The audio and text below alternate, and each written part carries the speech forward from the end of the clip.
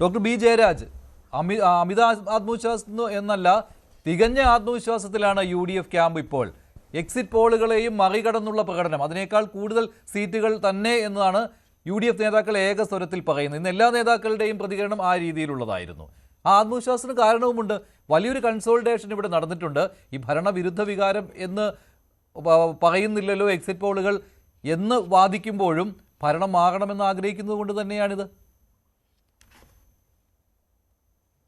ഉറപ്പായിട്ട് നമുക്ക് അങ്ങനെ പറയാൻ പറ്റില്ല മഞ്ജുഷ. കാരണം എന്ന് പറഞ്ഞു കഴിഞ്ഞാൽ പല കാര്യങ്ങളിലും പല എക്സിറ്റ് പോളുകളും നമ്മൾ എടുത്തു നോക്കിക്കഴിഞ്ഞാൽ ഇപ്പോൾ അബ്കി ബാർ 400 പാർ എന്ന് പറഞ്ഞിട്ടാണ് മോദി വലിയ മുദ്രാവാക്യം മുഴക്കിയിരുന്നത്. അന്നേരത്തുള്ള എക്സിറ്റ് പോളുകളെല്ലാം പറഞ്ഞത് മോദി വമ്പിച്ച ഭൂരിപക്ഷത്തിലൂടെ അധികാരത്തിൽ വരുന്നു. അവസാനം മോഡിക്ക് എത്ര സീറ്റാണ് കിട്ടിയെന്ന് നമുക്കറിയാം. വെറും 293 വോട്ടുകളാണ് കിട്ടിയത്.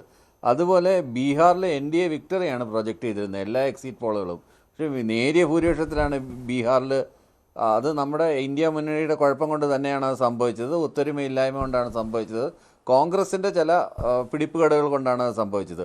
അതുപോലെ 2023 കോൺഗ്രസ് ജയിക്കുമെന്നാണ് ഛത്തീസ്ഗഡിൽ പറഞ്ഞത്. അവിടെ ആരാണ് ജയിച്ചത്? അവിടെ BJP ആണ് ജയിച്ചത്. BJP അവിടെ 325 സീറ്റോടുകൂടി യു പിയിൽ ഹങ് അസംബ്ലിയാണ് എല്ലാ എക്സിറ്റ് പോളുകളും പറഞ്ഞത്. അവിടെ 325 സീറ്റ് എടുത്തിട്ട് BJP അവിടെ സ്വീപ്പ് ചെയ്ത് കൊണ്ടുപോയി. അതുകൊണ്ട് എക്സിറ്റ് പോളുകളെ നമ്മൾ നോക്കുമ്പോൾ ഇൻഡിക്കേറ്റേഴ്സായിട്ട് മാത്രം എടുക്കുക, അല്ലാതെ ഡെഫിനിറ്റീവ് ഫോർകാസ്റ്റായിട്ട് ഒരു കാരണവശാലും നമുക്ക് എടുക്കാൻ പറ്റില്ല. ഇതിനകത്ത് ഏറ്റവും പ്രധാനപ്പെട്ട കാര്യം, അതുകൊണ്ടാണ് ഞാൻ പറഞ്ഞത്, ഇതിനകത്ത് ജെൻസിയെ എങ്ങനെയാണ് ഇവർ അഡ്രസ്സ് ചെയ്തത്, സ്ത്രീകളെ എങ്ങനെയാണ് ഇവർ അഡ്രസ്സ് ചെയ്തത്. സ്ത്രീകളാണല്ലോ കേരളത്തിനെ സംബന്ധിച്ചിടത്തോളം ഡിസിസീവ് ഫാക്ടർ. ഇത് സ്ത്രീ സുരക്ഷ, സ്ത്രീകളുടെ വിഷയങ്ങൾ, സ്ത്രീകളുടെ പെൻഷൻ, സ്ത്രീകളുടെ മറ്റു കാര്യങ്ങൾ, ഇതെല്ലാം ആണല്ലോ പ്രധാനമായിട്ടും ചർച്ച ചെയ്യപ്പെടുന്ന വിഷയങ്ങൾ. അതിനകത്ത് കോൺഗ്രസ് എടുത്ത സ്റ്റാൻഡ് എന്തായിരുന്നു?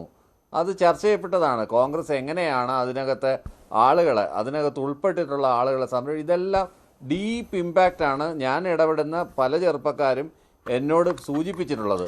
പക്ഷേ ചെറുപ്പക്കാരുടെ ബലത്തിൽ കൂടിയാണ് UDF അധികാരത്തിൽ വരാൻ പോകുന്നത് എന്നാണ് എക്സിറ്റ് പോളുകൾ പറയുന്നത്.